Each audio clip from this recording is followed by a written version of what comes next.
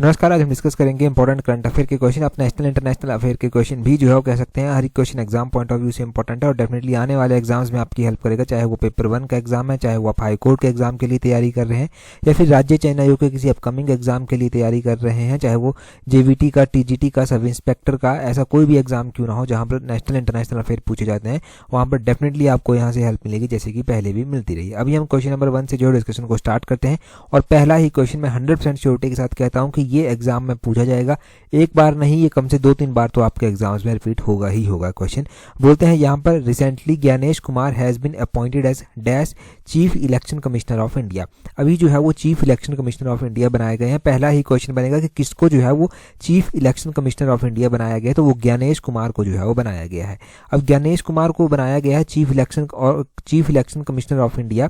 इन्होंने किसका स्थान लिया है? इन्होंने राजीव कुमार का स्थान जो है वो लिया है और ये 26 नंबर के जो है वो चीफ इलेक्शन कमिश्नर जो है वो बने हैं। ऑप्शन बी जो है वो सही आंसर हो जाएगा।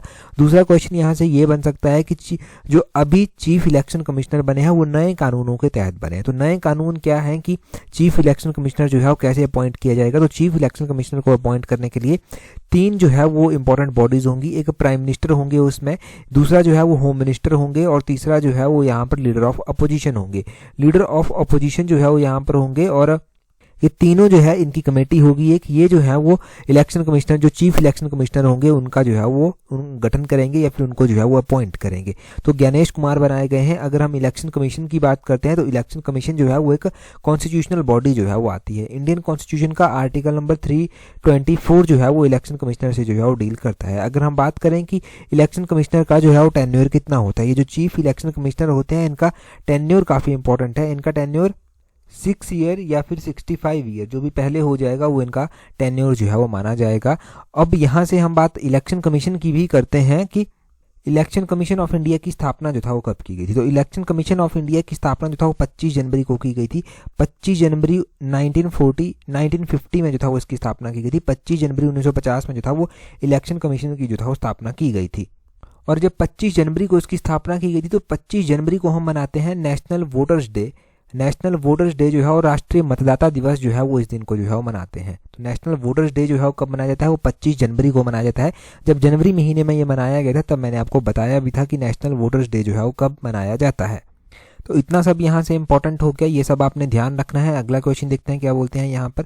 अगले क्वेश्चन में बोलते हैं which of the following country will host the BRICS summit 2025। तो बोलते हैं ब्रिक्स समिट जो 2025 की होगी उसको कौन सी कंट्री जो है वो होस्ट करेगी। अब देखो, ब्रिक्स समिट जो 2025 की होगी उसको अभी डिसाइड किया गया है कि ब्राजील जो है वो उसको होस्ट करेगा। ब्राजील, ऑप्शन बी सही आंसर है। ब्राजील का जो रियो डी जेनेरियो कर शहर है, रियो में जो है ये इसको जो है वो होस्ट किया जाएगा। हम बात करते हैं ब्रिक्स की, परंतु उससे पहले अभी तो आप एग्जाम के लिए तैयारी कर रहे हैं तो ब्रिक्स समिट जो 2024 में हुई थी वो भी तो आपसे पूछी जा सकती है कि उसको किसने होस्ट किया था।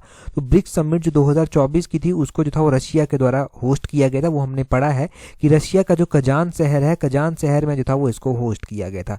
जो इससे पहले 2024 की जो था वो ब्रिक्स समिट थी। अभी 2025 की जो ब्रिक्स समिट होगी वो कहाँ पर होगी? ब्राजील में होगी, ब्राजील के रियो शहर में होगी। ब्रिक्स की स्थापना की बात करें तो 2009 में ब्रिक्स की स्थापना की गई थी और उस टाइम ब्राजील, रशिया, इंडिया और चाइना और साउथ अफ्रीका के द्वारा जो था वो इसकी स्थापना की गई थी। साउथ अफ्रीका वैसे जब ये स्टार्टिंग में होता था तो ये ब्रिक ही हुआ करता था, BRIC। उसमें ब्राजील, रशिया, इंडिया और चाइना ही हुआ करते थे। साउथ अफ्रीका ने इसको 2010 में जो था वो ज्वाइन किया था, परंतु अब तो इसमें ज़्यादा कंट्रीज जो हैं वो जुड़ चुकी हैं। अब इसके टोटल 11 मेंबर जो हैं वो हो चुके हैं। ब्रिक्स के जो हैं वो 11 फुल मेंबर जो हैं वो कौन कौन से हैं? ब्राजील, रशिया, इंडिया, चाइना और साउथ अफ्रीका, ये तो हैं ही हैं। इसके अलावा सऊदी अरबिया ने भी इसको ज्वाइन कर लिया है, इजिप्ट ने इसको ज्वाइन कर लिया है, UAE ने ज्वाइन कर लिया है, इथोपिया ने ज्वाइन कर लिया है, ईरान ने ज्वाइन कर लिया है और इंडोनेशिया ने भी जो है वो इसको ज्वाइन कर लिया। तो ये ब्रिक्स के आपने नए मेंबर भी ध्यान रखने हैं और टोटल 11 मेंबर ब्रिक्स में हो गए हैं। इसकी स्थापना 2009 में जो था वो की गई थी। ब्रिक कंट्रियाँ हुआ करती थी उस टाइम और ब्रिक्स बना ये 2010 में जाकर और अभी 11 मेंबर हैं। ये जो Saudi Arabia, Egypt, UAE, Ethiopia, Iran, Indonesia, ये सारी जो है वो इंपॉर्टेंट कंट्रीज यहाँ से होती हैं। अब ये इतनी कंट्रीज में जुड़ गई ना जाकर तो उसकी रेलिवेंस के ऊपर सवाल लग पड़े उठने। अब देखो, अभी तो ट्रम्प आ गए हैं, तब तो और भी ज़्यादा जो है वो ब्रिक्स चर्चा में रहेगा, क्योंकि ट्रम्प नहीं चाहते कि ब्रिक्स जो है वो ज़्यादा एक्टिव हो। ट्रंप नहीं चाहते कि चाइना जो है वो ज़्यादा प्रभाव अपना बढ़ा दे। ब्रिक्स कंट्रीज एक और अल्टरनेट बताती हैं कि हम क्या करेंगे, हम अपनी एक करेंसी जो है वो ले आएंगे, हम यूएस डॉलर को नहीं इस्तेमाल करेंगे, हम अपनी एक करेंसी ले आएंगे। तो यूएसए के लिए वो भी एक खतरा है, तो यूएसए उसको लेकर भी जो है वार्न करता रहता है कि कहीं तुम गलती से अपनी करेंसी ले आए ना तो इसके कॉन्सिक्वेंसेज तुम्हें भुगतने पड़ेंगे। अगला क्वेश्चन देखिए, अगले क्वेश्चन में बोलते हैं the new criminal law in India came into effect on. तो न्यू क्रिमिनल लॉ जो था वो भारत में कब जो था लागू किए गए थे। अब देखो न्यू क्रिमिनल लॉ जो है वो चर्चा में क्यों आए। न्यू क्रिमिनल लॉ इसलिए चर्चा में आए क्योंकि अभी होम मिनिस्टर जो था वो जम्मू कश्मीर के सीएम के साथ मिले और उन्होंने कहा कि जम्मू कश्मीर में जल्दी जो है वो ये न्यू जो क्रिमिनल लॉ है उनको जो है वो इम्प्लीमेंट किया जाए। तो न्यू क्रिमिनल लॉ को इम्प्लीमेंट करने की बात जो था वो कही गई, इसलिए जो था ये न्यू क्रिमिनल लॉ जो था वो चर्चा में आए। न्यू क्रिमिनल लॉ जो था वो इफेक्ट कब किए गए थे, कब पहली इनको एनफोर्स किया गया था, तो इनको जो था वो जुलाई महीने की पहली तारीख और ईयर था 2024। ऑप्शन बी सही आंसर है। ये क्वेश्चन अभी तक एग्जाम में नहीं पूछा गया तो मुझे मोस्ट एक्सपेक्टेड क्वेश्चन लगा ये आने वाले एग्जाम्स के लिए। जुलाई 1 2024 को जो था वो इनको जो था वो क्या किया गया था, ये कानून जो था वो लाए गए थे। अब देखो यहाँ पर हम बात करते हैं ये नए कानून है क्या क्या। एक भारतीय न्याय संहिता है, एक भारतीय न्याय संहिता के अलावा भारतीय नागरिक सुरक्षा संहिता है, एक भारतीय साक्ष्य अधिनियम है। तो ये भी आपने ध्यान रखना है कि पहले जो आईपीसी होता था उसको रिप्लेस कर दिया गया, आईपीसी को जो था वो रिप्लेस किया गया और भारतीय न्याय संहिता जो था वो इंट्रोड्यूस की गई। सीआरपीसी होता था जिसको कोड ऑफ क्रिमिनल प्रोसीजर बोलते थे, उसको रिप्लेस कर दिया गया और उसको रिप्लेस कर जो था वो भारतीय नागरिक सुरक्षा संहिता जो था वो लाया गया कानून। इंडियन एविडेंस एक्ट हुआ करता था, इंडियन एविडेंस एक्ट को जो था वो रिप्लेस कर दिया गया भारतीय साक्ष्य अधिनियम के साथ। और जुलाई 1 2024 की ये बात है, ये आपने ध्यान रखना है। जुलाई 1 2024 ये बहुत ही ज़्यादा इंपॉर्टेंट डेट जो है वो आपके लिए होती है। अगला क्वेश्चन देखिए, बोलते हैं 6th edition of the joint military exercise Dharma guardian conducted between India and. तो बोलते हैं कि भारत और किस देश के बीच में ये आयोजित होगा संयुक्त सैन्य अभ्यास, जिसको धर्म गार्जियन जो है वो बोला गया। तो धर्मा गार्जियन का 6th एडिशन जो है वो अभी होने जा रहा है और धर्मा गार्जियन एक्सरसाइज जो है वो कौन कौन सी कंट्रीज के बीच में होती है, ये इंडिया और जापान के बीच में जो है वो होती है। ऑप्शन सी जो है वो इसका सही आंसर होगा। तो क्वेश्चन पूछा जाए कि धर्मा गार्जियन किस किस कंट्रीज के बीच में होती है, वो इंडिया और जापान के बीच में होती है। अभी करंट सिनेरियो में क्या हुआ, इंडिया और जापान के बीच में ये 6th एडिशन धर्मा गार्जियन एक्सरसाइज की जो है वो स्टार्ट हुई और हुई कहाँ पर स्टार्ट, तो ये माउंट फूजी में जो है वो स्टार्ट हुई। माउंट फूजी के बारे में भी क्वेश्चन पूछा जाता है कि ये माउंट फूजी जो है वो कहाँ पर स्थित है। माउंट फूजी कहाँ पर स्थित हुआ, फिर ये जापान में स्थित हुआ और यहीं पर जो है वो क्या है, यहीं पर ये 6th edition of Dharma guardian exercise जो है वो होने जा रही है। ये 25 फरवरी से लेकर स्टार्ट होगी और 9 मार्च 2025 तक जो है ये चलेगी। अगर हमारी इंडियन मिलिट्री के द्वारा जो अलग अलग इंपॉर्टेंट एक्सरसाइजेज परफॉर्म की जाती हैं उनके बारे में बात करूं तो इंडिया जो है वो एक्सरसाइज खंजर करता है। खंजर जो है वो किर्गिस्तान के साथ की जाती है। इंडिया नोमैडिक एलिफेंट कर एक एक्सरसाइज करता है, ये मंगोलिया के साथ इंडिया करता है।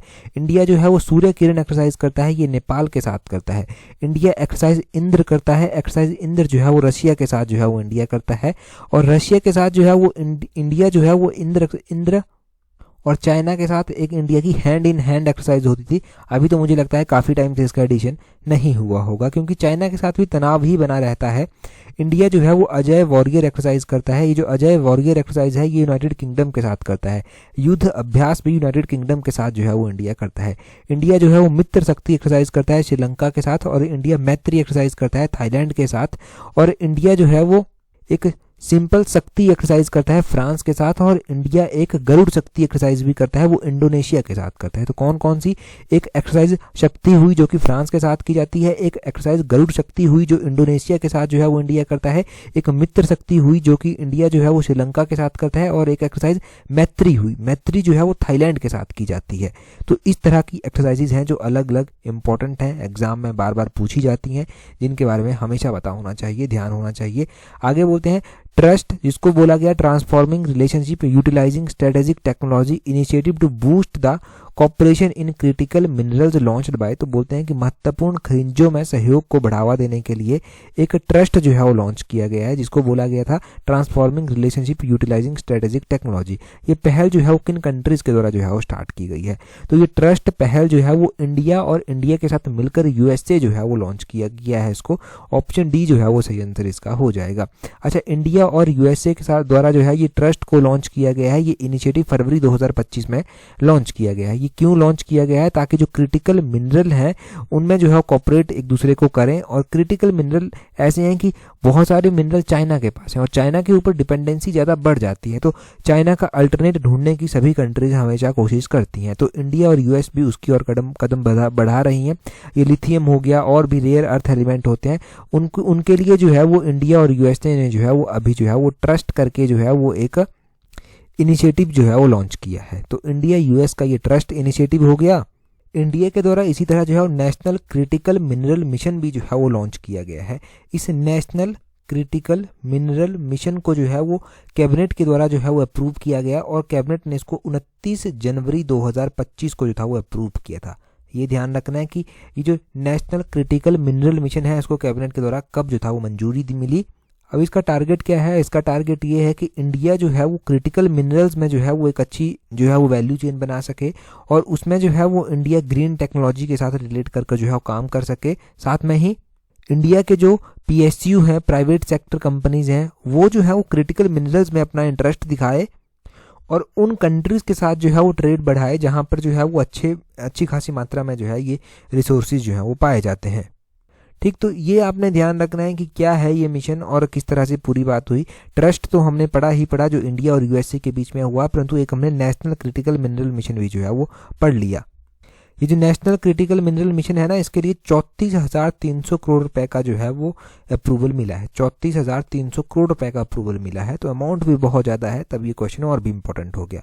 नेक्स्ट क्वेश्चन हम देखेंगे, नेक्स्ट क्वेश्चन को डिस्कस करते हैं, परंतु उससे पहले देखिए, अगर आप तैयारी कर रहे हैं Himachal Pradesh public service commission के पेपर 1 के लिए, हाईकोर्ट के एग्जाम के लिए तैयारी कर रहे हैं, या राज्य चयन आयोग या Himachal Pradesh public service commission के किसी और एग्जाम के लिए तैयारी कर रहे हैं, चाहे वो टीजीटी का एग्जाम क्यों ना हो, जेबीटी का क्यों ना हो, सब इंस्पेक्टर का क्यों ना हो, या फिर और भी बहुत सारे एग्जाम हैं हिमाचल के, तो आप हमारी कॉम्प्रिहेंसिव टेस्ट सीरीज को ज्वाइन कर सकते हैं, जहां से आपकी स्टडी को एक अच्छी शेप मिलेगी।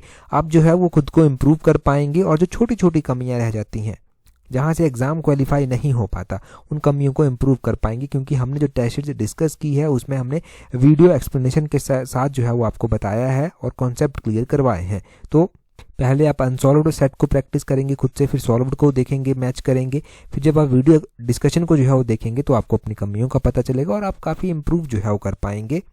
टेस्ट सीरीज का लिंक नीचे डिस्क्रिप्शन बॉक्स, कमेंट बॉक्स में दिया गया है, आप वहां से जो है वो अवेल कर सकते हैं, आप वहां से ज्वाइन कर सकते हैं। अगला क्वेश्चन देखिए क्या बोलते हैं। अगले क्वेश्चन में बोलते हैं who among the following has won the Australian open men's single final इन जन 2025।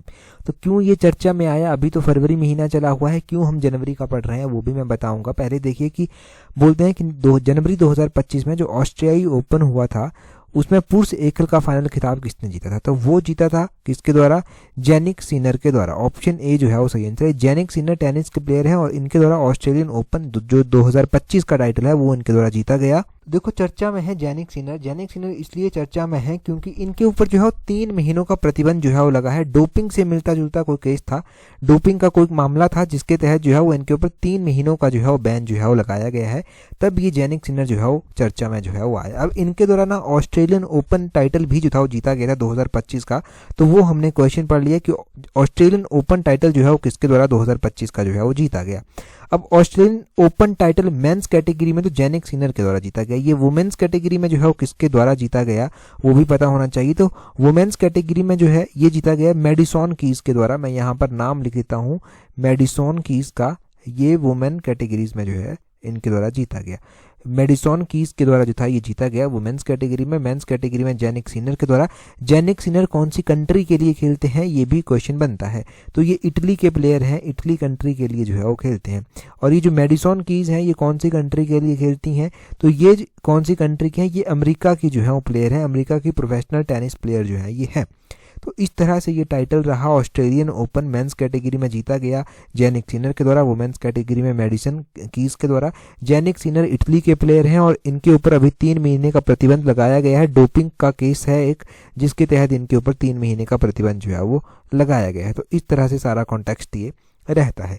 अगला क्वेश्चन हम देखेंगे अभी क्या बोलते हैं a state of emergency has been declared in which country due to earthquake sworn in Feb 2025। तो बोलते हैं कि फरवरी 2025 में भूकंप का एक झटका आया, बोलते हैं भूकंप स्वेर्न के कारण जो है इनके जो लगातार एक तरह से जो है भूकंप आए उसके कारण किस देश में आपातकाल की स्थिति जो है वो घोषित की गई है। तो इसके कारण जो है वो आपातकाल की स्थिति जो है वो ग्रीस कंट्री में घोषित की गई है। ऑप्शन डी जो है वो सही आंसर हो जाएगा। अब ग्रीस में जो है वो आपातकाल लगाया गया है, तो ग्रीस का क्वेश्चन भी बनता है। ये जो हमारे पास 4 कंट्रीज दी गई हैं, इन 4 की 4 कंट्रीज की जो है वो कैपिटल आपसे पूछी जा सकती है एग्जाम में। तो ग्रीस की कैपिटल अगर आपको ध्यान हो तो पहले भी हमने पढ़ा था, एथेंस इसकी कैपिटल थी, ये एथेंस कर इसकी कैपिटल थी। यहाँ पर ऑप्शन में वियतनाम भी दिया गया है।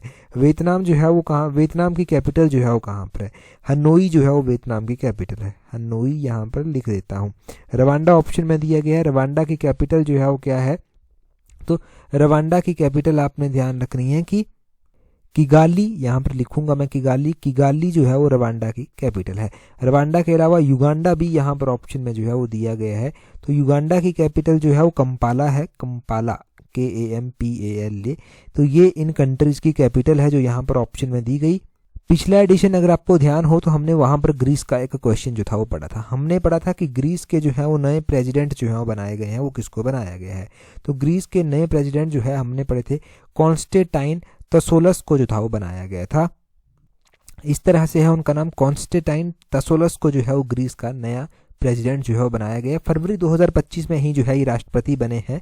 तो ये क्वेश्चन भी इंपॉर्टेंट हो जाता है। ऊपर से ग्रीस में जो है वो इमरजेंसी लगी भूकंप के स्वयं के कारण, तो ये सब यहाँ से क्लियर होता है। अगला क्वेश्चन देखिए, बोलते हैं which of the following is not correctly matched. तो इनमें से कौन सा करेक्टली मैच नहीं किया गया है। अगर हम बात करते हैं सबसे पहले ग्लोबल टूरिज्म रिसाइलेंस डे जो है वो कब मनाया जाता है, तो ग्लोबल टूरिज्म रिसाइलेंस डे की बात करें तो ये अभी मनाया गया फरवरी के महीने में ही। और ये फरवरी के महीने में जब मनाया गया तो फरवरी के महीने में जो था ये 17 फरवरी को ही मनाया गया। पहली ऑप्शन बिल्कुल सही जो है वो यहाँ पर मैच की गई है। अब ये तो मैच की गई है, दूसरे में बोलते हैं वर्ल्ड टूरिज्म डे भी एक मनाया जाता है।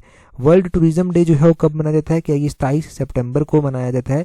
तो ये भी सही बात है कि वर्ल्ड टूरिज्म डे 27 सितंबर को ही मनाया जाता है। पहली तो सही है, दूसरी भी सही है। नेशनल टूरिज्म डे बोलते हैं कि नेशनल टूरिज्म डे जो है वो कब मनाया जाता है, क्या ये 14 फरवरी को मनाया जाता, 14 जनवरी को मनाया जाता है नेशनल टूरिज्म डे।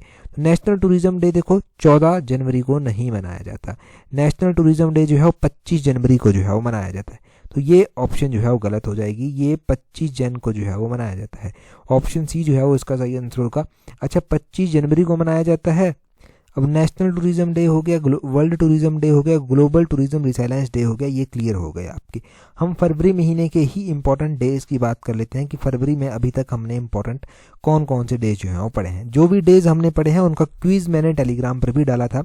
फरवरी का हमने एक इंपॉर्टेंट डे पढ़ा था, नेशनल वुमेन्स डे जो है वो मनाया जाता है, राष्ट्रीय महिला दिवस, ये 13 फरवरी को जो है वो मनाया जाता है। हमने वर्ल्ड रेडियो डे भी पढ़ा था, वर्ल्ड रेडियो डे भी 13 फरवरी को ही मनाया जाता है। और इस बार वर्ल्ड रेडियो डे की थीम रखी गई थी रेडियो एंड क्लाइमेट चेंज। तो रेडियो एंड क्लाइमेट चेंज इस वर्ष की थीम थी। हमने जो था वो पढ़ा था यूनानी डे मनाया जाता है। यूनानी डे जो है वो 11 फरवरी को जो है वो मनाया जाता है। ये भी फरवरी का एक इम्पॉर्टेंट डे है यूनानी डे। यूनानी डे से पहले हमने जो था वो पढ़ा था कि कैंसर डे भी मनाया जाता है। तो वो कब पढ़ा था हमने कि वर्ल्ड कैंसर डे कब मनाया जाता है, तो वो 4 फरवरी को मनाया जाता है। और 4 फरवरी को मनाया गया तो उसकी थीम थी रखी गई यूनाइटेड बाय यूनिक कर, यूनाइटेड बाय यूनिक कर इस साल की थीम रखी गई थी। उससे पहले हमने वर्ल्ड वेटलैंड डे पढ़ा था जो कि 2 फरवरी को मनाया जाता है। और वर्ल्ड वेटलैंड डे 2025 की थीम रखी गई थी protecting wetlands for our common future, ये जो था वो इसकी थीम रखी गई थी। तो ये इंपॉर्टेंट डेज हम अभी तक जनवरी के जो है वो पढ़ चुके हैं। अभी एक और डे था आज का ग्लोबल टूरिज्म रिसाइलेंस डे, वो भी क्लियर हो गया। नेक्स्ट क्वेश्चन की ओर चलते हैं। हमारे पास नेक्स्ट क्वेश्चन में जो है वो क्या पूछा गया है, बोलते हैं कंसीडर द फॉलोइंग स्टेटमेंट। यहाँ पर कुछ एक स्टेटमेंट्स दी गई हैं, उनके बारे में आपको बताना है। पहले बोलते हैं BIMSTEC came into being in 1999 through Bangkok declaration, की बिम्स्टेक जो है वो 1999 में अस्तित्व में आया था और बैंकॉक डिक्लेरेशन एक हुई थी जिससे ये अस्तित्व में जो था वो आया था। और उससे अगली स्टेटमेंट में बोलते हैं BIMSTEC includes countries from South Asia and South East Asia as its member, की बिम्स्टेक की जो मेंबर कंट्रीज हैं उसमें साउथ एशिया की कंट्रीज आती हैं और साउथ ईस्ट एशिया की कंट्रीज जो है वो आती हैं। हम पहली स्टेटमेंट से जो है वो चर्चा की बात करते हैं कि ये जो बिम्स्टेक है इसके बारे में क्या है। ये देखो, ये जो बिम्स्टेक है क्या ये 1999 में बनाया गया था? नहीं, इसको 1997 में जो था वो बनाया गया। तो पहली स्टेटमेंट तो गलत हो गई। इसको 1997 में बनाया गया था, बैंकॉक बैंकॉक डिक्लेरेशन से ही बनाया गया था। पहली स्टेटमेंट गलत हो गई। बोलते हैं भीमस्टेक में साउथ एशिया और साउथ ईस्ट एशिया की कंट्रीज जो है वो आती हैं जो इसकी मेंबर है, तो ये स्टेटमेंट सही है। भीमस्टेक में जो कंट्रीज आती हैं वो साउथ एशिया से भी हैं, साउथ ईस्ट एशिया से भी जो है वो है। हमारे पास जो है वो यहाँ पर कौन सी स्टेटमेंट सही हो जाएगी, हमारे पास ओनली 2 स्टेटमेंट इज करेक्ट, तो यहाँ पर ओनली 2 इज करेक्ट। अब हम यहाँ पर डिटेल से जो है वो देखते हैं। यहाँ पर बोलते हैं भीमस्टेक जो है वो अस्तित्व में आया था 1997 में, बैंकॉक डिक्लेरेशन से ही अस्तित्व में आया था, परंतु ईयर 1997 ध्यान रखना है। बोलते हैं आगे भीमस्टेक जो है इसमें जो मेंबर कंट्रीज आती हैं वो साउथ एशिया की भी आती हैं, साउथ ईस्ट एशिया की भी आती हैं, जैसे कि बांग्लादेश, भूटान, इंडिया, म्यांमार, नेपाल, श्रीलंका और थाईलैंड। ये कंट्री जो है वो भीमस्टेक की मेंबर कंट्रीज हैं। तो भीमस्टेक की मेंबर कंट्रीज भी याद होनी चाहिए। उसके अलावा भीमस्टेक की स्थापना कब की गई, डिक्लेरेशन कौन सी थी, ये भी पता होना चाहिए। आगे देखिए बोलते हैं यहाँ पर चूज द करेक्ट ऑप्शन। तो आपने देखा है पेपर 1 का सिनेरियो जो अभी संडे को पेपर हुआ था, हमने डिस्कस किया था, ऐसे क्वेश्चन वहाँ पर पूछ लिए जाते हैं। बोलते हैं directorate of forest education is located in Dehradun, कि फॉरेस्ट एजुकेशन का जो डायरेक्टरेट है वो देहरादून में स्थित है। उससे आगे बोलते हैं ट्रॉपिकल फॉरेस्ट रिसर्च इंस्टीट्यूट जो है वो जबलपुर में स्थित है, कि उष्णकटिबंधीय वन अनुसंधान संस्थान जिसको TFRI बोला गया, ये जबलपुर मध्य प्रदेश में पड़ता है। हम पहली स्टेटमेंट से बात करते हैं। तो ये जो डायरेक्टरेट ऑफ फॉरेस्ट एजुकेशन आता है ये देहरादून में ही आता है, तो पहली स्टेटमेंट बिल्कुल सही है। और ये जो ट्रॉपिकल फॉरेस्ट रिसर्च इंस्टीट्यूट है ये भी जबलपुर में ही स्थित है, ये स्टेटमेंट भी हमारे पास सही दी गई है। Choose the correct option, option B जो है वो सही आंसर हो जाएगा, और ऑप्शन सी जो है वो सही आंसर हो जाएगा। बोथ 1 और 2 ये दोनों ही स्टेटमेंट जो है वो हमारे पास यहाँ पर सही जो था वो दी गई थी। अब हमने पिछली बार कुछ इंपॉर्टेंट इंस्टीट्यूट पढ़े थे, उनको एक बार रिवाइज करते हैं। जैसे कि हमने पढ़ा था Aryabhatta Research Institute of Observational Sciences जो है ये कहाँ पर स्थित है, ये नैनीताल में जो है वो स्थित है, नैनीताल उत्तराखंड में जो है ये स्थित है। हमने एक पढ़ा था national aviation management and research institute, ये दिल्ली में स्थित है। और एक हमने पढ़ा था Indian institute of tourism and travel management, ये ग्वालियर में स्थित है। और ये पूछा भी गया था पेपर में, Indian institute of tourism and travel जो है वो कहाँ पर स्थित है, ये जो है वो ग्वालियर मध्य प्रदेश में जो है वो स्थित है। एक नेशनल वाटर स्पोर्टिंग इंस्टीट्यूट आता है जो कि गोवा में जो है वो स्थित है। तो इन इंस्टीट्यूशन के बारे में ध्यान रखना। 2 नए इंस्टीट्यूशंस मैंने आपको बताए आज, 2 नए जो थे इसमें डायरेक्टरेट ऑफ फॉरेस्ट एजुकेशन था एक जो कि देहरादून में है, एक ट्रॉपिकल फॉरेस्ट रिसर्च इंस्टीट्यूट था जो कि जबलपुर में स्थित है, तो इनको भी ध्यान रखें साथ में। अभी हम अगला क्वेश्चन देखते हैं। बोलते हैं which of the following is not correct about 38th national games. तो बोलते हैं कि 38th नेशनल गेम्स के बारे में कौन सा कथन सही नहीं है, नॉट करेक्ट पूछा गया है। और पिछली वीडियो में हमने पहला ही क्वेश्चन ये डिस्कस किया था, मैंने बड़े डिटेल से आपको नेशनल गेम्स के बारे में बताया था। और अब ये क्वेश्चन आपका गलत नहीं होना चाहिए, तो जल्दी से कमेंट करके जो है वो अपना आंसर बताइए कि इस क्वेश्चन का सही आंसर क्या है। टेलीग्राम पर इसकी PDF आपको मिल जाएगी। अगर टेलीग्राम पर आपने हमें ज्वाइन नहीं किया है तो टेलीग्राम पर ज्वाइन करने के लिए सर्च करना @allexam31, आपको हमारा टेलीग्राम चैनल मिल जाएगा। और टेलीग्राम पर जब आप ज्वाइन करेंगे तो वहाँ पर आपको एग्जाम से रिलेटेड और भी सारा डाटा मिल जाता है जो एग्जाम पॉइंट ऑफ व्यू से आपके लिए इंपॉर्टेंट होता है। आज की इस वीडियो में इतना ही है। That's all for today. Thank you very much for watching and listening it very patiently.